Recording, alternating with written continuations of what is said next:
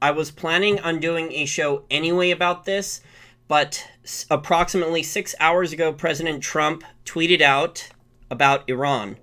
So he said if Iran wants to fight, that will be the official end of Iran. Never threaten the United States again, end quote. So this show is not going to be a normal market show, not going to talk about the dollar index, not going to talk about any markets per se, although I think, unfortunately, the military industrial complex companies, your Raytheons, your Lockheed Martins, your Northrop Grummons, those companies are, unfortunately, if I'm right about what I see coming, are going to benefit from this. And the data that we're seeing in the economic data buried beneath some of the stuff is just getting much, much worse. So I think as a distraction, probably before the 2020 elections, I think we're going to see, I hope I'm wrong about this, by the way, I think we're going to see potentially 2 new wars. And there's just lots of evidence of this. And I don't know how much control President Trump actually has, and a lot of it is his fault, whether he made a deal with the military-industrial complex or he made a deal with the globalists or not. But he has really hurt himself by picking out John Bolton, who I think the evidence is clear. If you go back through his resume, the guy is devious, the guy is very cunning, the guy is really charming and good at lying, and he's as big of a warmonger as Senator John McCain was, Dick Cheney, probably even more so. So there's a lot of evidence of this if you want to go back through his track record. There's actually, I just saw this on Twitter a couple hours ago. Michael Krieger at Liberty Blitzkrieg put this out. And I'll attach a link for this if you want to take a look. And John Bolton has been talking about, on a video clip from 2010 on Fox News, on the U.S. National Security, well, he's U.S. National Security Advisor now, but he was on Andrew Napolitano's Fox News Freedom Watch show in December 2010, and he talked about lying and how important it is to get people into a war. And he's been wanting to, along with John McCain, promoting an Iran war for a while. Remember, John McCain was adamant for many years about bombing Iran, and Iran was supposed to, as part of the plans for George W. Bush and Dick Cheney, on that list of attacks. Remember, a general leaked that list. So Iran was down the list. Okay, so let me talk about President Trump and the mistakes he's made, and then I'll talk about why I think that war is going to be used as a distraction. So President Trump, the largest mistakes of his presidency so far that he has made, in my opinion, are he has hired a lot of the wrong people.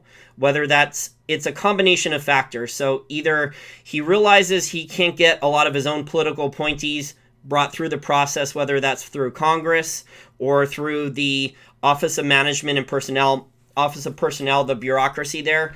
A lot of his own people are just having real problems. The biggest bureaucrat that the biggest mistake hiring that Trump made, in my opinion, was Jeff Sessions. So Jeff Sessions did a bunch of problems, and it led to the Russia investigation. If he would have had a better attorney general, I'm not sure any of this would have happened. Okay, we can debate that or not, but I think Jeff Sessions was an absolutely horrible attorney general.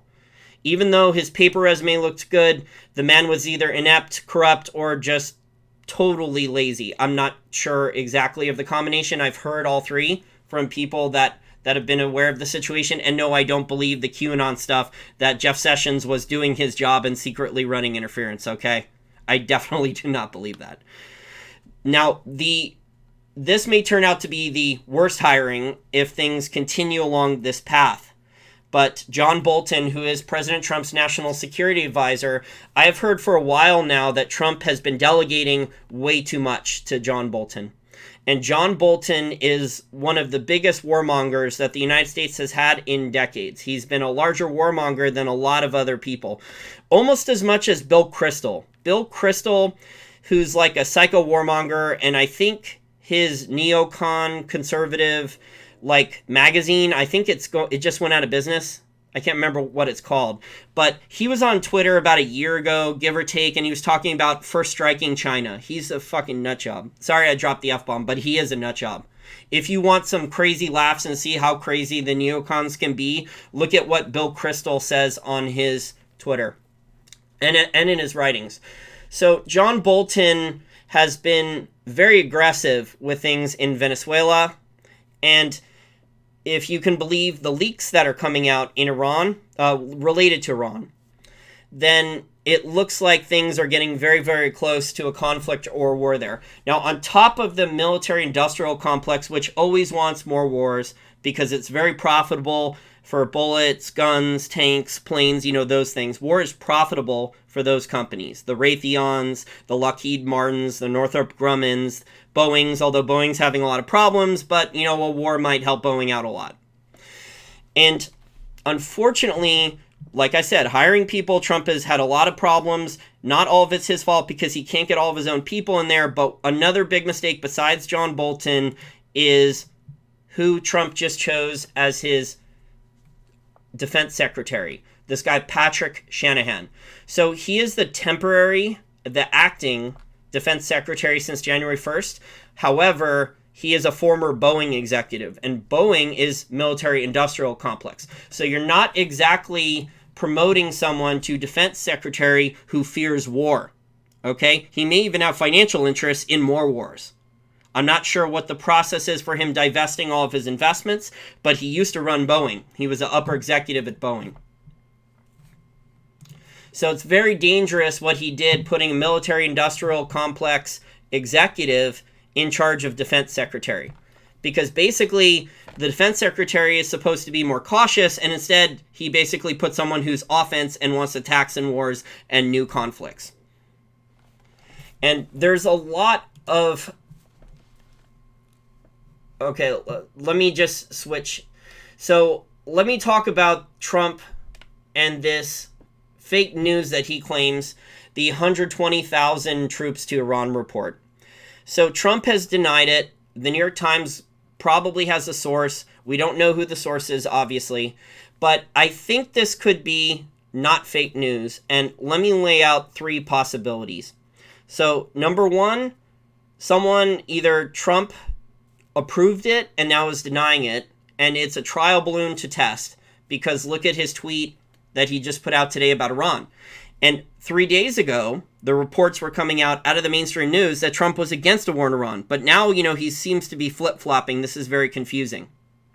And there's also reports that Trump does not like John Bolton now and wants to get rid of him, but Bolton has a lot of political power, and Bolton is pushing his agenda. As long as Bolton is in there, Bolton's going to be pro-war. We got to go into Venezuela, or at least, set up some type of proxies. Some type of proxy war. And Venezuela is a mess. Everyone knows that economically. Hyperinflation, Russia, China, Iran may be down there. The Chinese, I think, hired them to help with their oil fields. And on top of that, you also have Cuba down there, too, because I think Venezuela has been giving Cuba free oil in exchange for other favors. But Venezuela is a disaster. The world does need Venezuela's 4 million barrels of oil production back online. However, I don't think more military intervention is the key to that at all. I don't think the U.S. trying to, restructure the government with war and killing a bunch of innocent people is justification for getting Venezuela's oil production back online. If the Russians... I didn't think of this until now, but if the Russians and Chinese really cared about Venezuela, wouldn't they be trying to increase Venezuela's oil production? So it just goes to show you that they're not down there for the best of intentions. Okay, so back to the three theories I have about the 120,000 troops to Iran report. So first of all, Iran has issued statements that they're on the brink of full-scale confrontation with the enemy, end quote, a military commander warned. And this was a couple days ago. So Iran seems to be taking these threats seriously. Now, we know that Saudi Arabia and Israel, because Israel has been getting missiles launched, I believe, from Iran, and Saudi Arabia hates Iran.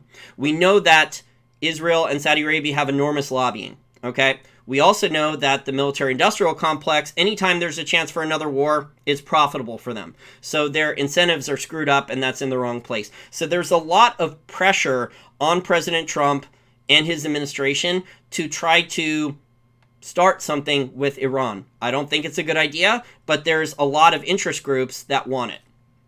Same thing with Venezuela. The second part of my theory about the 120,000 troops is that most people aren't aware of this because the stereotype, unless you're in the military or you have friends in the military. So the stereotype is that a lot of people in the military are Republican. And I could tell you, I met people in the military, that's not really true anymore. Maybe decades ago it was true. But there's a lot more Democrats in the military. And even though it's not supposed to, it's illegal, you have security clearances, all these things, if someone who was a Democrat and hated Trump, and even though they were risking, court-martialing or career problems or the maybe part of the attack plan for Iran, it got to a Democrat who hates Trump, and it probably got leaked in the New York Times. So I think that is probably more likely, if I were to weigh the first two theories, than the trial balloon that the Trump administration leaked it intentionally to the New York Times and then is denying it to see polling if people were in favor of it. The third possibility, and this one's also a high probability and most people aren't aware of this, is that the majority of Republicans in Congress and a decent amount of them in the military actually hate Trump. So if they're on television or there's reporters around, they won't bash Trump. But I've heard from multiple people that Senator Mitch McConnell of Kentucky, while in public he will say mostly nice things about Trump, and he will say, Trump and I are on the same page about judges, things like that. He has said in private to people like, fuck Trump, I hate Trump, and the only thing I'm gonna help Trump out on is the judges. Everything else, I don't like him, I'm gonna sabotage him. So the third theory about the 120,000 troop leak to the New York Times could have been from a Republican either in the Trump administration, like a neocon, or someone who's not necessarily loyal to Trump, or someone like a senator who got a copy of the plan, maybe someone with a higher enough security clearance, a senator or someone in Congress who has military contacts who got a copy of it. So there's enough people who are Republicans who don't associate themselves with Trump. And trust me, there's a lot of Republicans out there who do not like Trump. That's why you see people like Larry Hogan, governor of Maryland, and you see others saying they want to run against Trump, saying he's not a real conservative. But, Ronald Reagan ran into similar problems because Ronald Reagan, one of the biggest mistakes of Ronald Reagan's presidency, besides the war on drugs and some of the others that Ronald Reagan did, was he stupidly put George Herbert Walker Bush as his vice president. So if Reagan had not chosen Bush, his presidency would have probably gone even better. And I believe that Trump is making very similar mistakes here.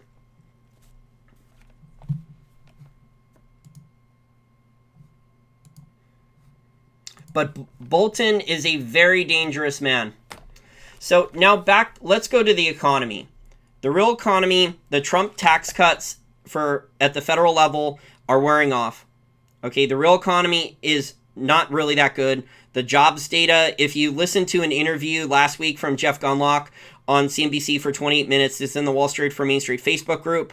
Jeff Gundlach talks about how the jobs per month are actually about even a little worse on average than Obama at the end of the Obama administration. And the jobs being created from Danielle DiMartino Booth and other people diving into the numbers, John Williams of Shadow Stats, there are not a lot of high-paying full-time jobs that are being created. So there's still enormous problems in the job market here in the United States. There's the enormous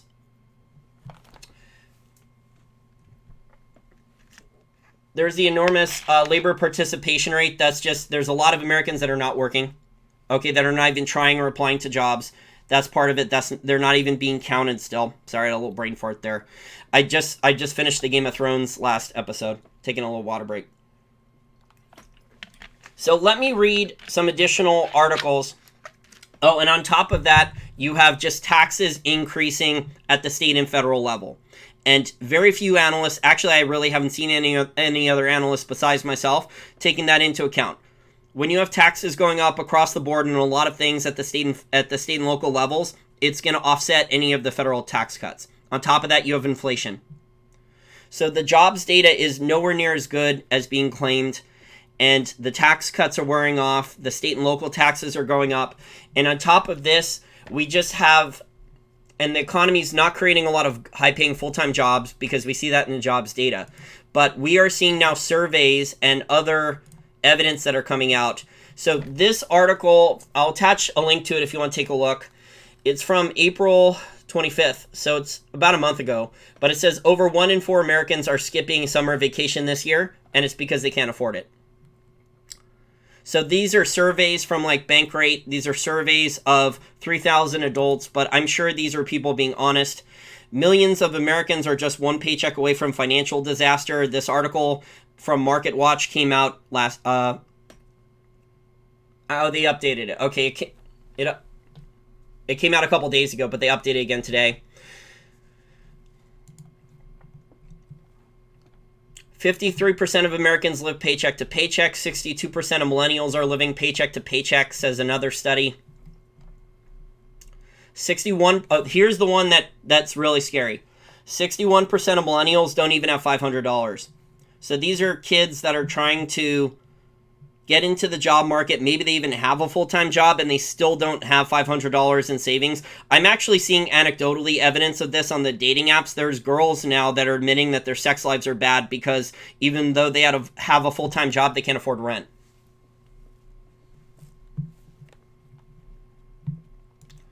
So, and this is in the Washington, D.C. metro area, which has a low unemployment rate. So there is definitely fighting inside the palace because Trump has said in interviews to reporters as recently as a couple days ago that he doesn't want a war with Iran, and then he goes on Twitter today and says he's willing to escalate, and then he's getting in fights with John Bolton, even though he definitely shouldn't have hired John Bolton in the first place.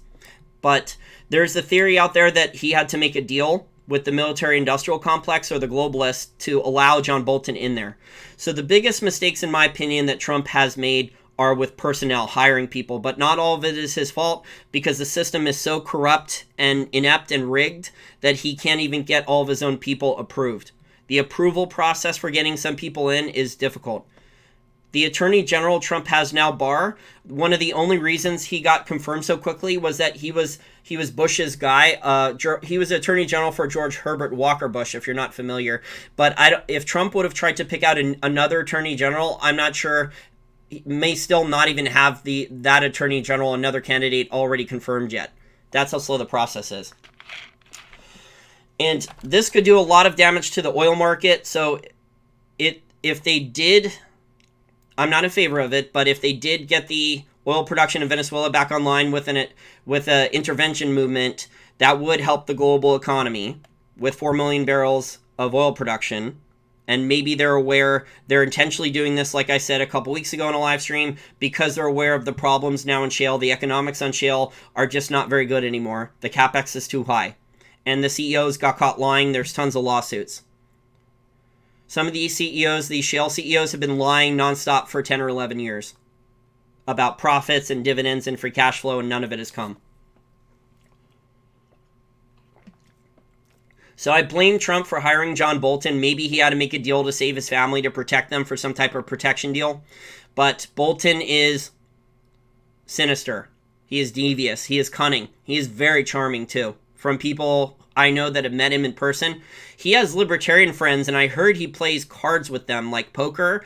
And so they'll hang out with him. These are the Cato Institute guys, not the better libertarians, like the Ron Paul types and the Mises Institute. These are like the Cato Institute libertarians. So they're libertarians, but they're not free market, Austrian school type of libertarians.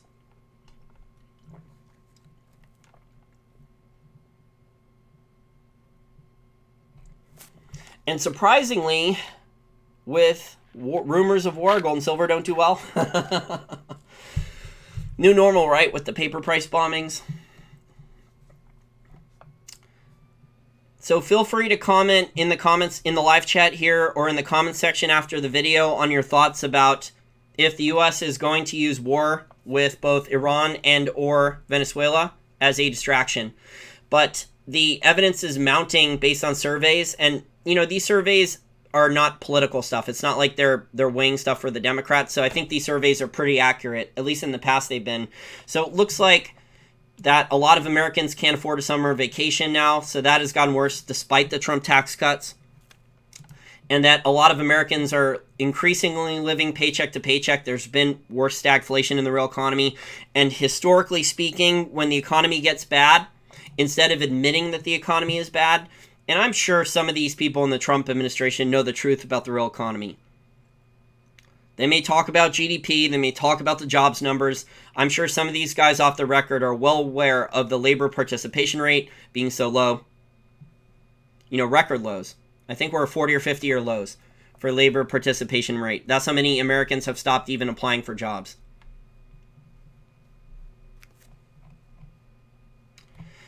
Someone mentioned civil war. Yes, I think the U.S. is, I hope I'm wrong about this, but 15 years or less, we are headed towards an ideological civil war. There is way too much division among Americans on, race, class, gender, age, and people are fighting over a declining pie. This was talked about. There's free interview for if you want to listen to Neil Howe talk about this from a month or two ago on Macro Voices. He's considered the fourth turning guy, and he studies demographics and people of different generations, and cycles over about 80 years tend to repeat. And basically, generations forget the hard lessons that were learned from the past.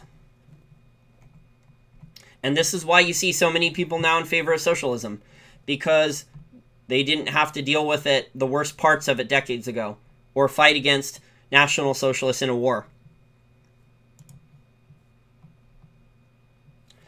Douglas says Iran needs nukes, could be only thing that keeps them from getting invaded by the war horse. Iran may already have nukes because they've been trading with North Korea, and North Korea had nuclear capabilities, but they didn't have the missiles. So they've been trading, Iran and North Korea have been trading, swapping missile technology for rocket and missile technology for nuclear weapons. So they may already have it.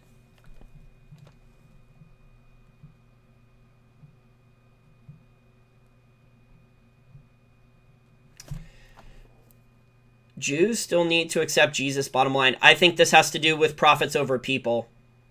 This has to do with profits over people. The military, especially for the military-industrial complex, this is about profits over people.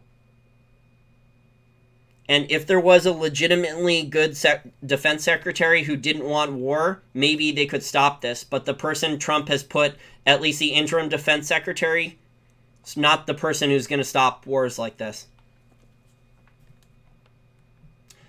Rainmaker, I didn't see that interview yet with Jeff Gunlock and Danielle DiMartino Booth. I posted it in the Wall Street for Main Street Facebook group, and I didn't get a chance to listen. I was watching the Game of Thrones final episode, and then I just started this live stream.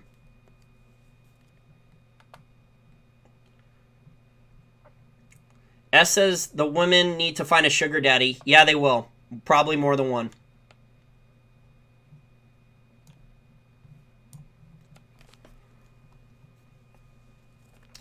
Thanks, AB. I'm glad you liked the podcast and the work. Let me check my notes here and see if I mentioned everything.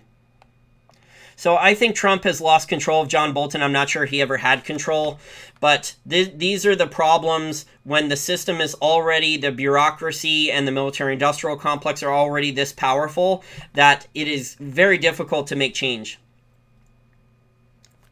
And Trump had similar problems with H.R. McMaster, the former national security advisor. Supposedly he was drunk and he was a warmonger, but he was getting really obsessively interested in Mike Cernovich, which is weird.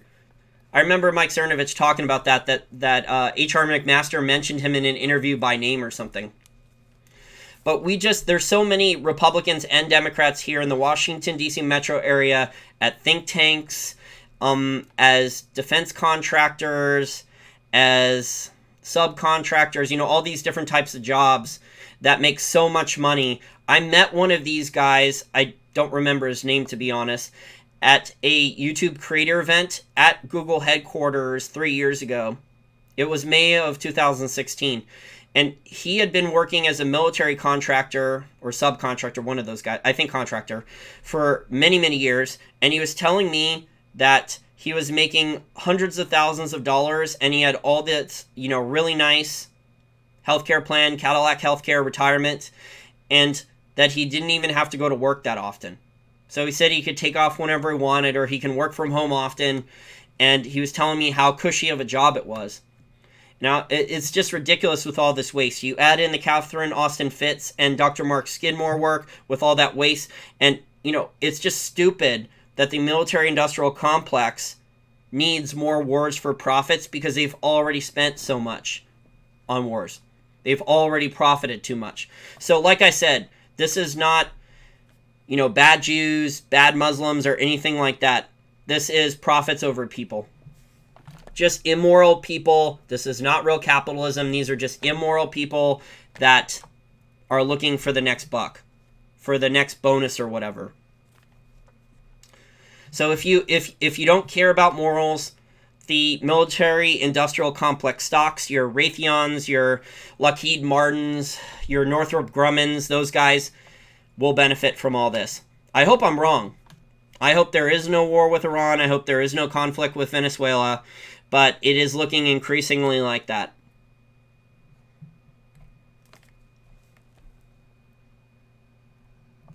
Pablo says Trump keeps a lengthy leash on Mr. Stash. You may believe that, but that's not what I've heard. I've heard from a bunch of different sources in print and talking to friends around here that he doesn't care. For a while, he has not cared what Bolton has done. Meanwhile, Bolton has been secretly planning wars. And now Trump is like, what the hell is going on? I don't want a war. And then he does a tweet today, which is very confusing because he said in interviews recently when journalists have been asking him that he doesn't want a war. So just very confusing stuff from Trump. But I've heard that Bolton was allowed to do whatever he wanted and that Trump was just pretending that he had control over Bolton, and it's been this way for a while.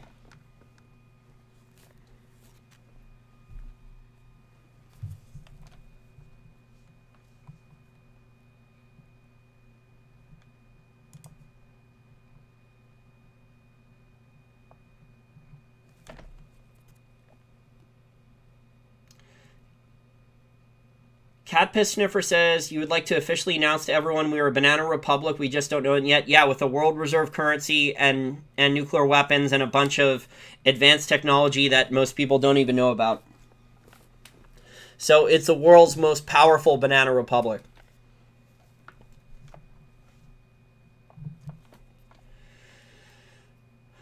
Zend Memal says, we need the oil from Venezuela and Iran to keep the petrodollar going or we'll be in a world of hurt. The petrodollar isn't as important as you think it is. The U.S. has immense amounts of oil production. Louis Camersano at Small Gold has talked about this. The shale oil has been funded with artificially cheap money and credit and suckers like pension funds who have funded this stuff. And the U.S.'s oil production is actually very high. So why does the U.S. need oil production from Venezuela, 4 million barrels per day, when the U.S. has more oil production? What would collapse the global economy is if the oil price were to spike to, say, over $100 and stay there for a while or keep going above 100. Because as the oil price goes higher, it's a tax on the real economy. And the U.S. consumer already doesn't have a lot of discretionary spending, and a higher oil price will only cause even more pain. As will Democrats who get elected either in 2020 or the next congressional elections who try to raise taxes. Actually, the Democrats don't even need that because you have the bureaucrats at these state and local levels who are planning on raising taxes across the board. So that's going to put brakes on the economy. It's going to sabotage the economy even further.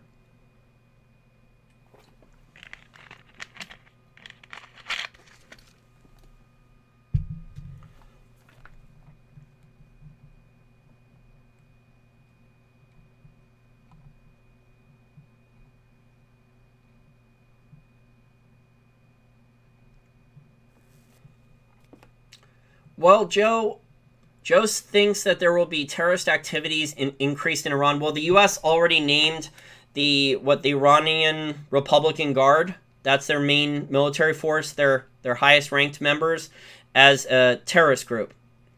So, I mean, there's already been that back and forth, and this thing's been escalating for a while. John Bolton's been planning this for over a year. If you actually go back for the interviews, John Bolton has been, in his interviews on Fox News and his other writings, he's been promoting a war for Iran for a lot longer than that, since 2008-9, because it was part of the initial attack plan that Dick Cheney and the other neocons had. Iran was at the end of the list.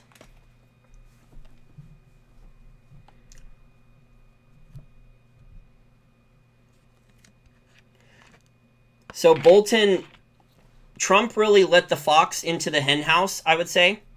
I think that's a good analogy. So I don't know how aware Trump was of Bolton's background for wanting war with Iran, wanting all these different wars. And Trump hired him or did a deal where he picked Bolton in exchange for God knows what. And here we are.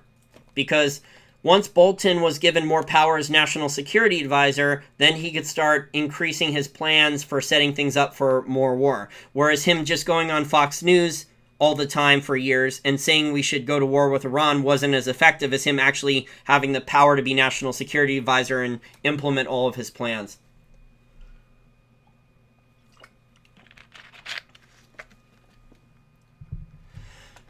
Douglas, I think Israel also wants the U.S. to fight their wars, though.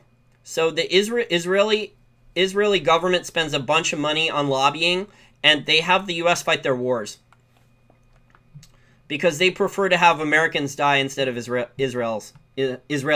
Excuse me.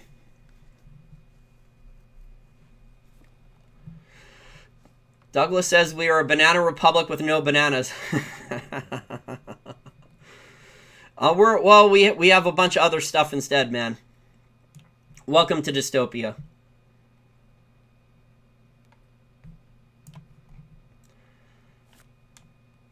Okay, well, I have all of these articles about the economy getting worse with the surveys, with some of the other geopolitical stuff, about John Bolton's background, about him mentioning about lying to the people about a war in 2010 on Fox News, and about mentioning wars in Iran, for a long time. He's like John McCain. He may even be worse than John McCain was. And McCain was bad. There wasn't a war that John McCain didn't like. So, I hope I'm wrong about this, like I said, but it looks like the U.S. may be fighting 2 additional wars before the 2020 election, which would be scary. Or if Trump wins, maybe then Trump does it in the second term.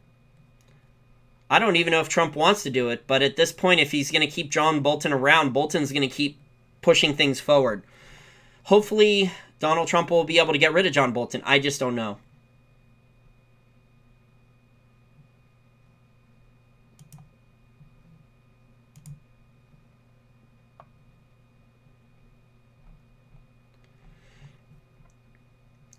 Okay, some of those messages were just uncalled for. You're calling for... Come on, man. I had to block you. That was ridiculous. You're calling for countries to start nuking other ones, man. That's just ridiculous. Now, I know people think that nuclear weapons are a deterrent, but calling for one country to launch at another is not a good idea.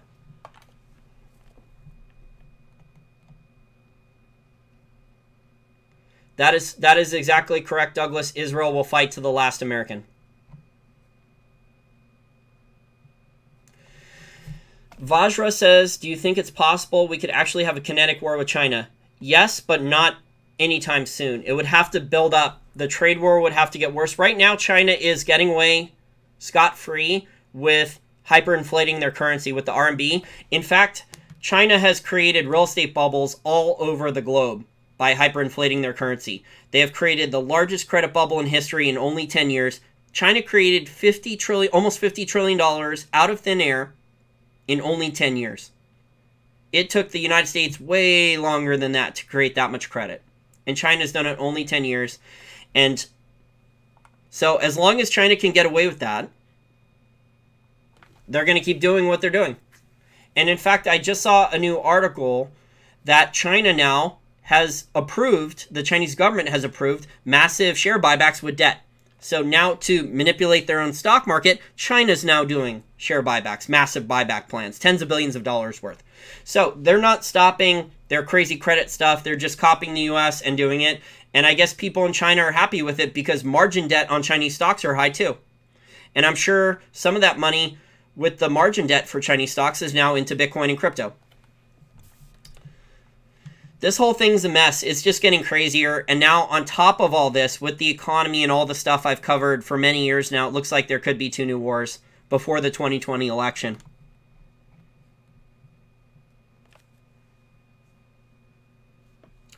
This is a good point. Trump needs a strong economy to win presidency next year. However, the U.S.'s economic data is fake.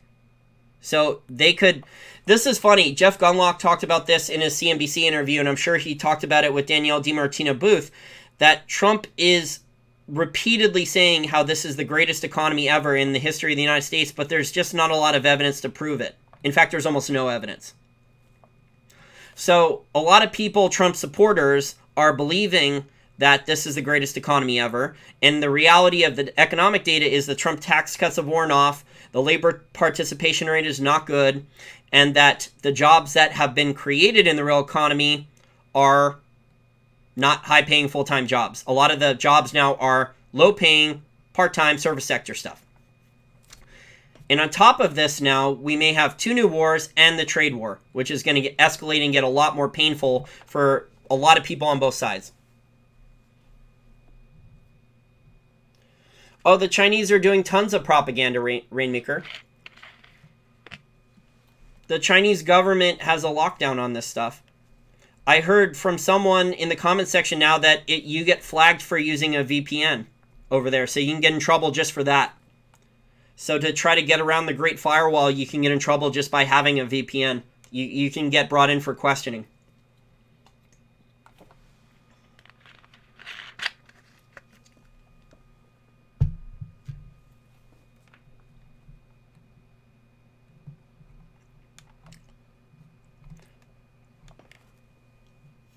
Okay, well, we're at 37 minutes, and just thought I'd do this geopolitical show.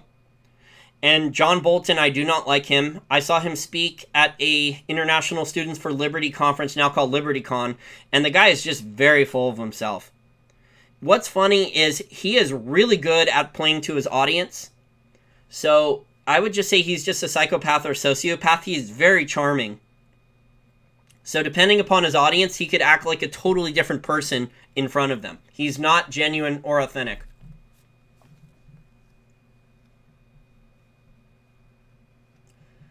I don't like Joe Biden. And most of the Democrats don't either. I think the trade war will be long. I don't think China will make the concessions the U.S. wants. It's been too profitable for China. They make cheap shit. They subsidize the shipping. I just learned that on an ADV China episode, or it was either Serpents or ADV China that just put out a new video on a layman's guide to the U.S. versus China trade war.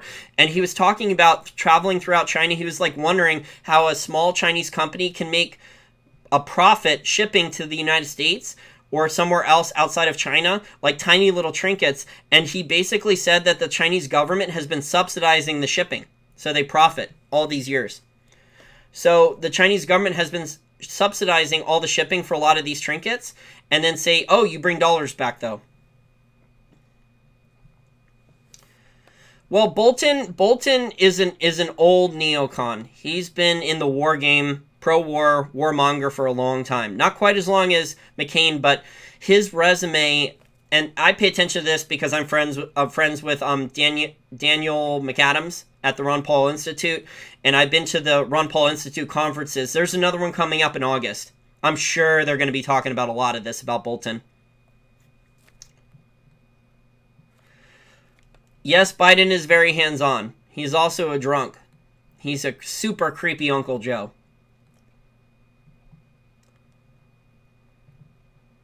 Yeah, there's going to be a new Ron Paul Institute conference here in the Washington, D.C. metro area at the end of August. It's one day, it's a cheap conference, and they have really good speakers. Edward Snowden and Julian Assange have called in and spoken via video chat for 20 or 30 minutes at past conferences, and Nassim Taleb also spoke at the last conference.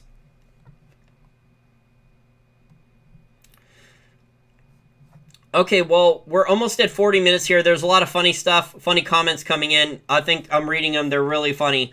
But if you want to take more research, want to look at this, a geopolitical aspect, the stuff is just getting ridiculous. And it looks like Trump just doesn't have much control, to be honest. And a lot of people think that the U.S. president still has a lot of control. Now, the president has control over certain things.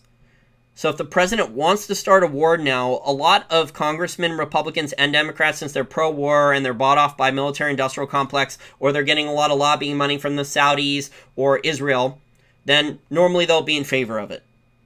But the president does not have a lot of power over a lot of different things anymore. That has changed a lot in the last few decades. It's gotten there. The president's total power has become less and less and less.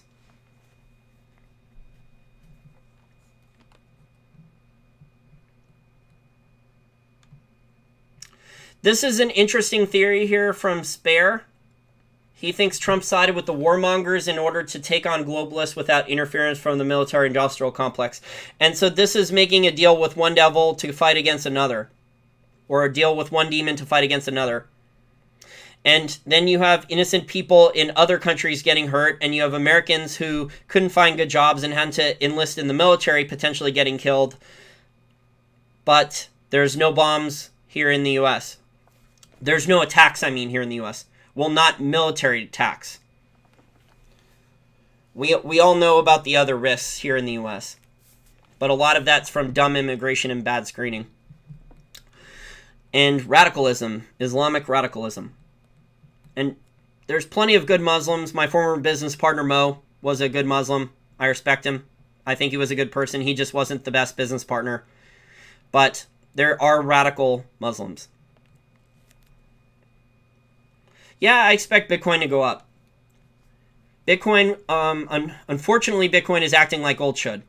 So in threats of war, gold should go up. Oil should go up, but Bitcoin will probably go up. Okay, guys, well, we're at 42 minutes now. I didn't want to spend that much time on this. I just want to outline this, and I'll attach links to the article in the information section of the video after it's over. But the bottom line is Trump needs to get rid of John Bolton as soon as possible, and he needs to clean things up, and I'm not sure if he's going to be able to do that, because it looks like Trump may have done a deal with the military-industrial complex, which is not a good deal to do. Again, profits over people. And you can't blame capitalism on this, because the military-industrial complex is getting tons and tons of government money due to the world reserve currency and the Federal Reserve printing presses that it should not get. And in a free market in capitalism, a lot of these military-industrial complex companies would have no business, no money. There's tons of waste, fraud, corruption, and abuse there. I've heard just insane stories. I've heard stories. Someone told me a story. This is third-hand information, so I couldn't verify it. But someone told me a story of like a military contractor or subcontractor creating like a fake company out in Loudoun County and stealing $80 million from the Pentagon, and the guy got away with it. This was like a one-person company and a warehouse that was rented, and he got a government contract. He lied and cheated and stole and got a government contract, pocketed the money, and the fraud wasn't reported because the military officers didn't want to admit that they screwed up. They didn't want to admit to their superiors and risk having, their military career stalled or getting some type of reprimand. So instead, it just got buried instead. Yeah, Joe brings up the Saudis could be paying the bill, but the Saudis it is a weird alliance between the Saudis and Israel now. So didn't they fight a war in the 70s or 80s, 70s? They fought a war, I think, in the 60s or 70s, and now they're weird allies or frenemies. And so for Middle East foreign policy, the Saudis and Israel are kind of on the same page now, and it's just really weird. Okay, well, that's it for today's show. Good night, everyone. Have a great week, and if there's any other interesting current events, I will hop on a live stream. Okay, bye.